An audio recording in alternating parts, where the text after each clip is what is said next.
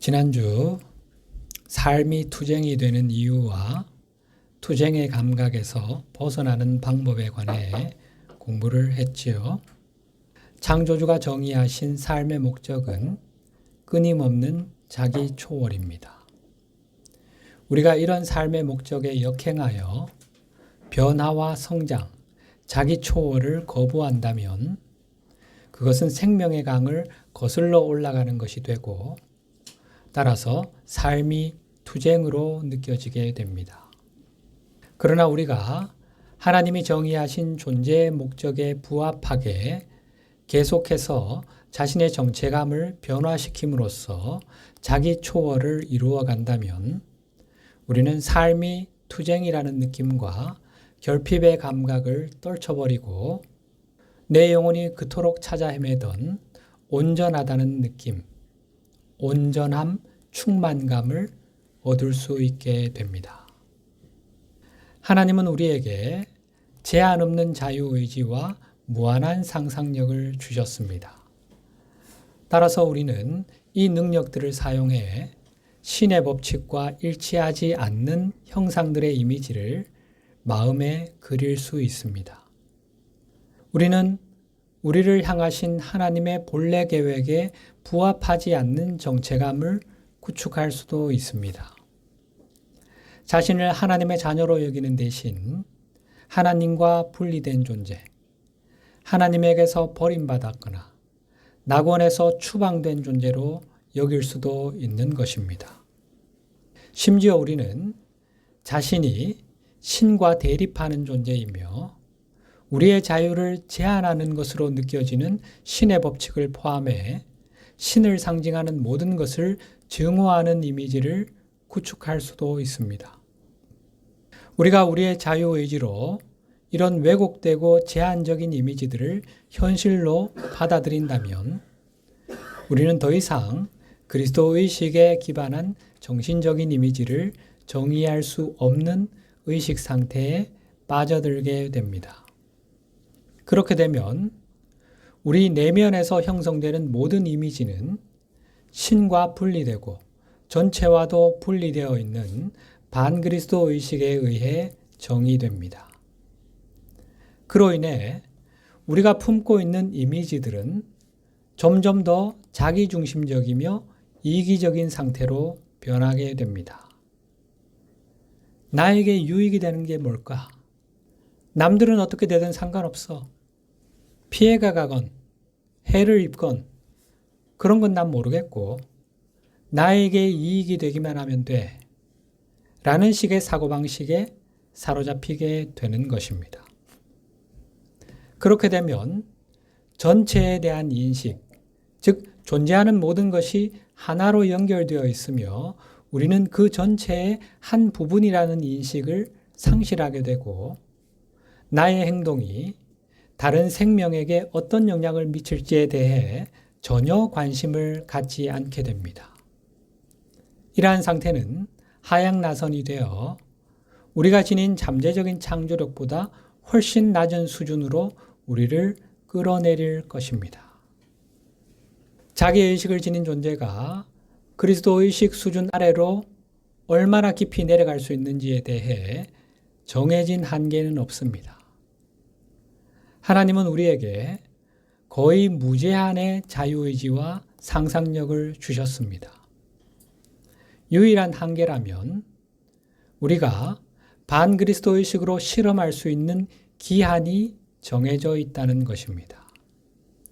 반그리스도의식으로 영원히 실험할 수는 없습니다. 시간적인 한계가 있다는 것. 이것이 유일한 한계입니다. 선악과를 따먹는 순간, 즉 반그리스도의식으로 들어가기로 한 순간 우리는 그리스도의식이라는 불멸의 삶을 일시적으로 잃어버리게 됩니다. 그 후로는 더 낮은 법칙인 필멸의 법칙, 곧 연력학 제2법칙의 지배를 받게 됩니다. 그리스도의식 수준 아래로 내려갈 때 우리는 더 이상 생명의 강의 영원한 흐름 안에 있지 않게 됩니다. 우리는 시간과 공간의 법칙에 지배를 받게 되고 이 법칙은 특정한 장소, 특정한 시점에 우리를 묶어두게 됩니다. 그로 인해 우리는 인간적인 정체감, 제한된 자아감을 갖게 됩니다. 아, 그렇지. 인간은 시간과 공간의 제한을 결코 벗어날 수 없는 존재잖아. 우리는 이처럼 제한적인 존재지. 그것이 우리의 현실이잖아. 거대한 자연 앞에서, 광대한 우주 안에서, 먼지와도 같은, 티끌 같은 존재일 뿐이잖아. 내가 동시에 여기에 있으면서 다른 곳에 있을 수가 없잖아. 이 공간을 벗어날 수가 없잖아. 내가 과거로 갈 수도 없고 미래로 갈 수도 없고 시간을 벗어날 수 없는 존재 아니야? 인간이 신이라고? 가당차는 소리.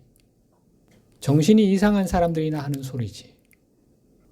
우리가 전하는 이런 메시지에 대다수 사람들이 보이는 반응이지요. 우리는 공간 안에서 모든 곳에 존재할 수 없지요. 시간 안에서도 영원히 존재할 수 없습니다. 이처럼 시공의 제약하에 놓여 있는 한 우리는 불멸의 영적 존재가 될 수 없습니다. 이런 제한적인 자아감, 인간적인 정체감은 우리가 반그리스도 마음을 취한 결과로 생겨난 것입니다.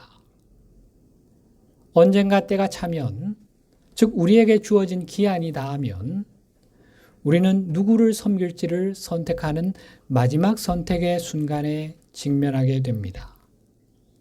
영원한 생명을 의미하는 그리스도 의식으로 돌아갈지, 아니면 그것을 거부하고 필멸의 반그리스도 의식 속에서 자신의 정체성을 계속 제한할지를 선택해야 하는 날이 반드시 찾아오게 됩니다. 이것이 바로 주님께서 말씀하신 심판의 날입니다. 오늘 본문 마태복음 12장 35절, 선한 사람은 그 쌓은 선에서 선한 것을 내고 악한 사람은 그 쌓은 악에서 악한 것을 내느니라. 내가 너희에게 이르노니 사람이 무슨 무익한 말을 하든지 심판날에 이에 대하여 신문을 받으리니. 그리스도 의식을 향해 성장해 나가길 거부하고 제한된 자아감을 초월하려고 하지 않는다면 우리가 반그리스도 의식으로 실험할 수 있는 기회는 요한계시록에서 말하는 둘째 사망이라 불리는 것으로 끝이 나게 됩니다. 2차 죽음이지요. 요한계시록 20장 11절에서 15절, 나는 크고 흰 보좌와 그 위에 앉으신 분을 보았습니다. 땅과 하늘이 그 앞에서 사라지고 그 자리마저 찾아볼 수 없었습니다. 나는 또 죽은 사람들이 큰 자나 작은 자나 할 것 없이 다 그 보좌 앞에 서 있는 것을 보았습니다. 그리고 책들을 펴놓고 또 다른 책 하나를 펴놓았는데 그것은 생명의 책이었습니다. 죽은 사람들은 그 책에 기록되어 있는 대로 자기들의 행위대로 심판을 받았습니다. 바다가 그 속에 있는 죽은 사람들을 내놓고 사망과 지옥도 그 속에 있는 사람들을 내놓았습니다. 그들은 각각 자기들의 행위대로 심판을 받았습니다. 그리고 사망과 지옥이 불바다에 던져졌습니다. 이 불바다가 둘째 사망입니다. 이 생명책에 기록되어 있지 않은 사람은 누구나 다 이 불바다에 던져졌습니다. 여기서 죽은 사람들이란 육신을 벗은 사람들을 말하지요. 여기서 말하는 죽음은 육체의 죽음을 말합니다. 그리고 14절에서 언급되는 둘째 사망이란 우리의 참나인 의식하는 자아가 영원히 소멸되는 것을 말합니다. 둘째 사망을 맞게 되는 생명책에 기록되어 있지 않은 사람이란 그리스도 의식을 성취하는 여정을 끝내 거부한 생명 흐름을 말합니다. 2차 죽음이 집행되는 마지막 순간, 그 심판의 날에도 그 생명 흐름이 마음을 돌이키기만 한다면, 반그리스도 의식을 벗고 돌아서서 그리스도 의식을 향해 나아가겠다는 선택을 하기만 한다면 그는 다시금 삶의 기회를 얻을 수 있습니다. 그러나 끝내 그것을 거부한다면 2차 죽음을 맞게 되는 거지요. 이 부분에 관해서는 이전의 강론에서 자세히 다뤘지요. 참고하시면 되겠습니다. 하나님이 우리를 창조하시면서 품으셨던 뜻, 우리 존재에 대한 원래 계획은 결코 상실될 수 없습니다. 그 계획은 그리스도 마음 안에 영원히 보존되어 있습니다. 우리가 구원받을 수 있는 가능성, 즉 과거의 실수를 만회하고 원래 상태로 돌아가고 은총의 상태로 돌아가고 낙원으로 돌아갈 수 있는 가능성, 이 가능성은 결코 사라질 수 없습니다. 이 세상에서 어떤 일을 했건 그리스도 의식 수준 아래로 얼마나 깊이 내려갔건 상관없이 우리는 언제든 마음을 돌이켜 그리스도 의식으로 돌아가는 상향의 여정을 시작할 수 있습니다. 그리스도 의식의 한 가지 기능은 우리가 무결한 관념이라 부르는 것을 유지하는 것입니다. 이것은 우리가 하나님의 마음 안에서 처음 잉태될 당시 하나님이 마음속에 품으셨던 이미지입니다. 하나님이 간직하신 나에 대한 완전 무결한 이미지인 거지요. 이것은 우리의 영적 개성을 의미하는데 우리가 처음 잉태되었을 때 하나님이 우리에게 주신 선물입니다.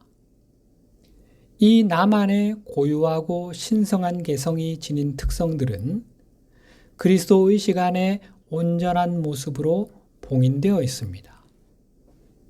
우리가 제한적이고 인간적인 현재의 자아감을 초월하려 한다면, 그렇게 할 의지만 낸다면 그 무결한 관념이 드러나게 할 수 있습니다. 그렇게 다시 한번 그 무결한 관념과 하나가 됨으로써 내 본래의 영적 개성과 합쳐짐으로써 우리는 자신의 본래 정체성을 회복할 수 있습니다. 하나님의 자녀로서의 정체감, 신의 확장체요 개체화라는 정체감 말이죠. 우리는 자신이 생각하는 바 그대로의 존재가 된다고 했지요. 의식하는 자아의 동일시 능력에 의해서지요. 따라서 하나님이 우리를 잉태하셨을 때 품으셨던 그 무결한 관념을 가슴으로 받아들인다면 우리는 하나님이 창조하셨던 원래의 완전 무결한 존재가 될 수 있습니다. 원래 지구별은 현재의 모습보다 훨씬 더 완성도 높은 상태로 창조되었습니다. 우리 인류가 이 행성을 원래보다 훨씬 못한 상태로 내려가게 했지만 원래의 계획은 여전히 보편적인 그리스도 마음 속에 무결한 관념으로 남아 있습니다. 임계수치의 사람이 자신의 의식을 그리스도 의식의 수준으로 끌어올려 이 무결한 관념이 투사될 수 있는 열린 문이 된다면 그것이 현실로 구현될 것입니다. 지구의 현재 상황은 우리 인류의 집단의식을 통해 형성된 이미지가 삶의 스크린에 투사된 영화와 같다고 할 수 있습니다. 지구상의 대다수 사람은 현재 상황 이외에 다른 현실이 실현되는 것이 불가능하다는 환영을 믿고 있습니다. 이 결핍과 고통의 상황, 이런 현실을 우리가 어떻게 바꿀 수 있어? 이건 거스를 수 없는 운명이야. 신의 징벌이야. 불가항력적인 상황이야. 우리의 의식을 바꾸면 삶의 상황이 달라진다고? 가당치 않은 소리지.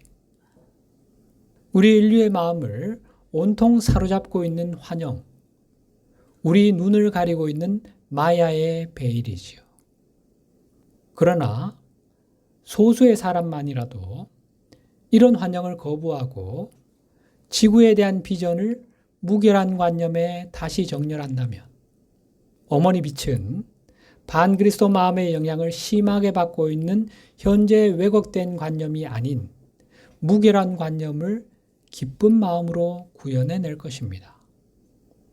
여기까지가 그리스도의식에 관한 설명이었습니다. 다음으로 우리가 공부할 주제는 자기의식을 지닌 존재들이 어떻게 반그리스도의식에 기반한 제한된 자아감으로 내려가게 되었는지에 관한 것입니다. 우리가 그리스도의식이라는 은총을 어떻게 상실하게 되었는지를 이해함으로써 은총의 상태를 회복하는 열쇠도 발견할 수 있게 될 것입니다. 우리는 창조주와 함께 세상을 창조해 나가는 공동 창조자로 설계된 존재들입니다.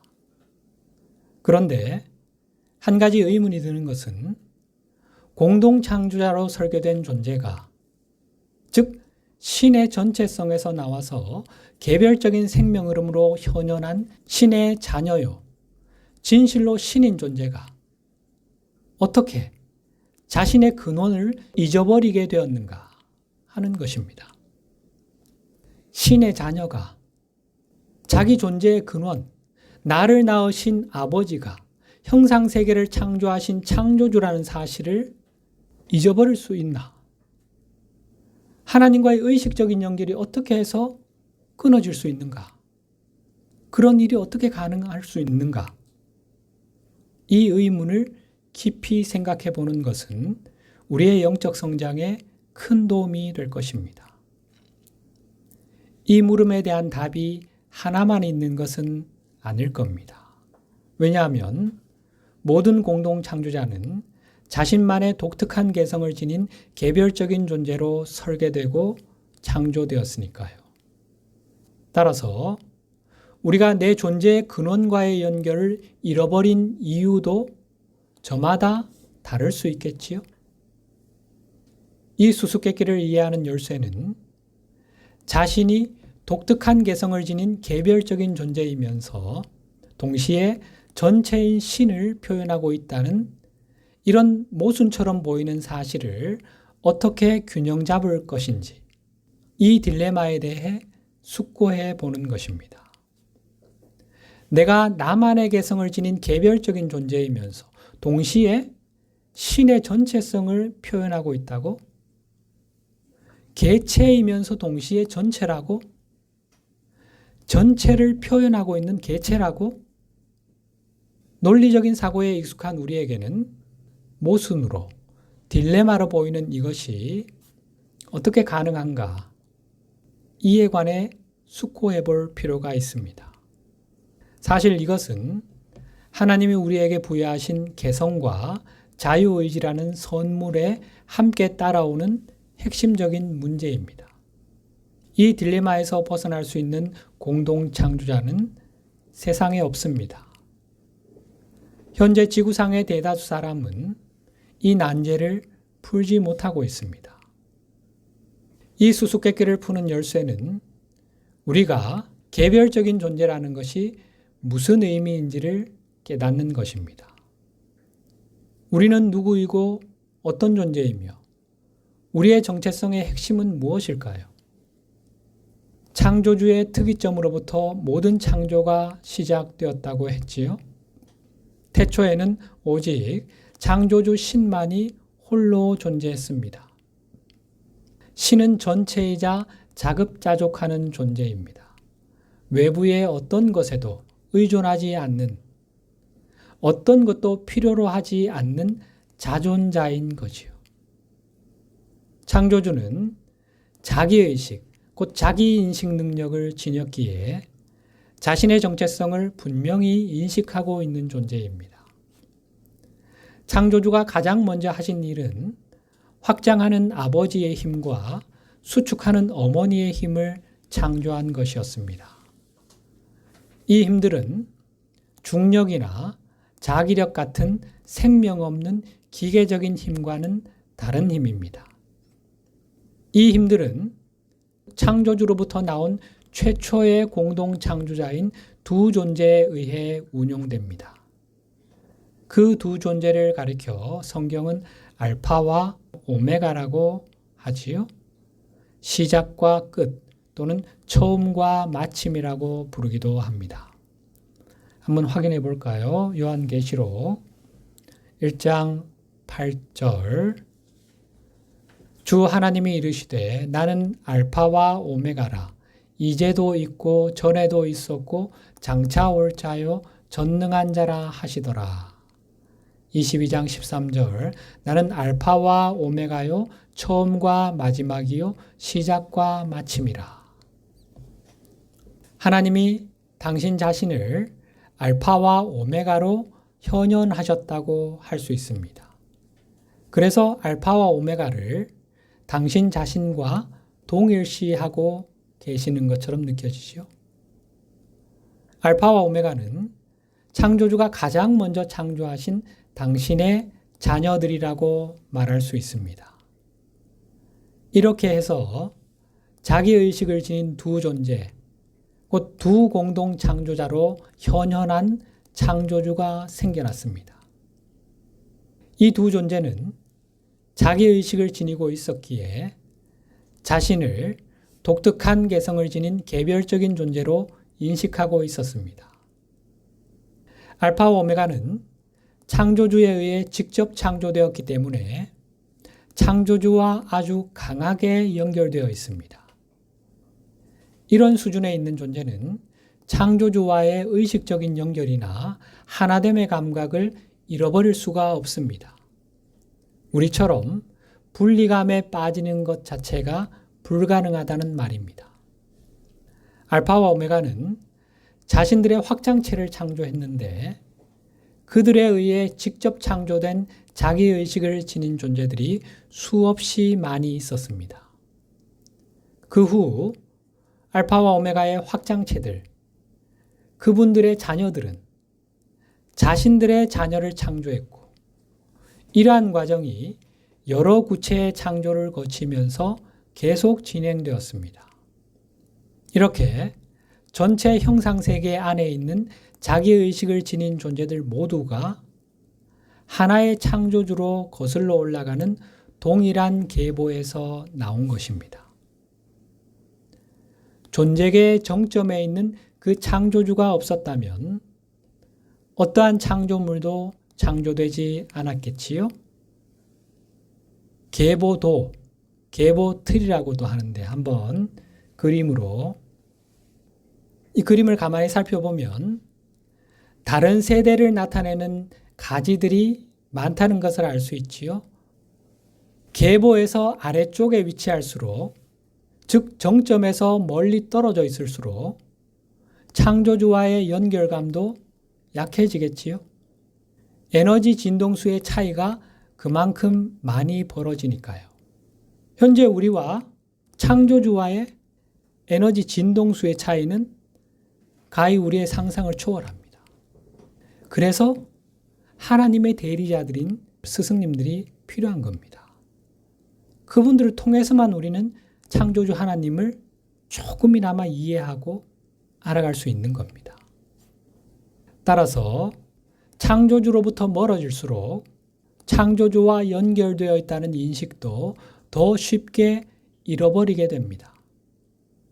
우리가 자신의 개별성에 너무 집중하게 되면 내 존재의 근원을 망각하게 되고 자신을 망망대해에서 표류하는 배와 같이 분리된 존재로 여길 수 있습니다. 우리는 계보상의 어느 특정 지점에서 태어났고 그 위치는 바뀔 수가 없습니다. 그런데 우리가 어느 지점에서 창조되었건 상관없이 우리에게는 완전한 신의식, 곧 창조주 의식에 도달할 때까지 여러 단계를 거슬러 올라갈 수 있는 기회가 주어져 있습니다. 다시 말해 창조주 의식에 이르기까지 성장할 수 있는 가능성이 자기의식을 지닌 모든 존재에게 열려 있다는 것입니다. 이와 동시에 우리는 자신이 태어난 단계 아래로도 의식이 내려갈 수 있습니다. 창조주 의식으로부터 더 멀어질 수도 있다는 것입니다. 그러면 영적 계보에서 우리가 더 높이 올라갈 것인지 아니면 더 아래로 내려갈 것인지를 결정하는 것이 뭘까요? 이를 결정하는 핵심적인 요소는 우리의 자아 정체감입니다. 자아 정체감이 높아지면 올라가는 것이죠. 자아 정체감이 낮아지면 내려가는 것이죠. 물질 우주에서 우리는 특정 가문에서 태어났고 그 가문은 많은 세대를 거슬러 올라갈 수 있는 계보를 가지고 있지요. 우리가 타고난 유전자와 우리를 둘러싼 환경은 현재 자신이 누구이고 자신을 어떤 존재로 인식하는지에 영향을 미칩니다. 그런데 많은 사람이 깨닫지 못하고 있는 것은 자신의 정체감이 고정되어 있지 않다는 사실입니다. 비록 나의 자아 정체감이 외부 요인에 의해 영향을 받을 수는 있지만 우리는 자기 자아에 대한 지배권을 가지고 최상의 비전에 따라 자신의 자아감을 변화시킬 수 있는 잠재력을 내면에 지니고 있습니다.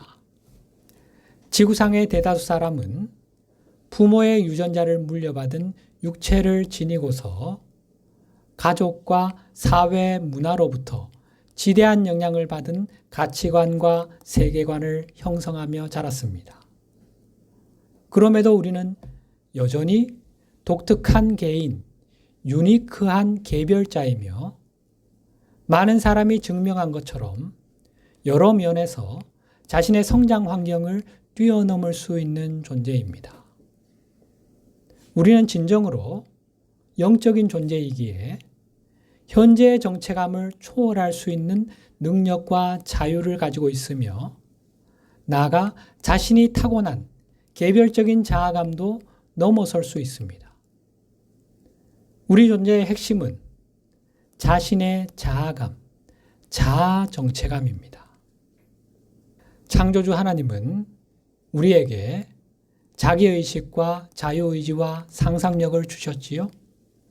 여기에 들어있는 핵심적인 의미는 하나님이 우리를 고정불변의 정체성, 즉 변화가 불가능한 정체감을 지닌 그런 존재로 창조하지 않으셨다는 것입니다. 우리는 우리가 자신이라고 생각하는 그대로의 존재, 곧 내가 나라고 인식하는 그대로의 존재가 됩니다. 이것은 참으로 놀라운 우리 존재의 비밀 중 하나입니다.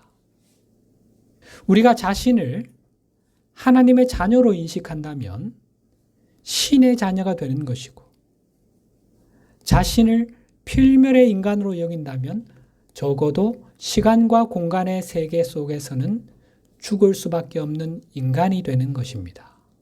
그리고 그런 삶이 펼쳐지는 거지요.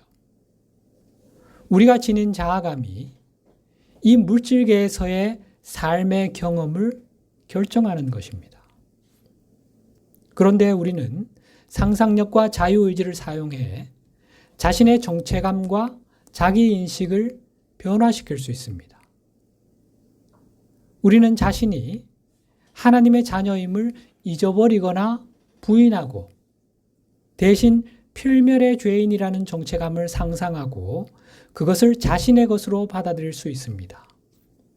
마찬가지로 우리는 인간으로서의 제한된 정체감을 버리고 우리 존재가 탄생했을 때 지녔던 진정한 정체성을 되찾을 수 있습니다.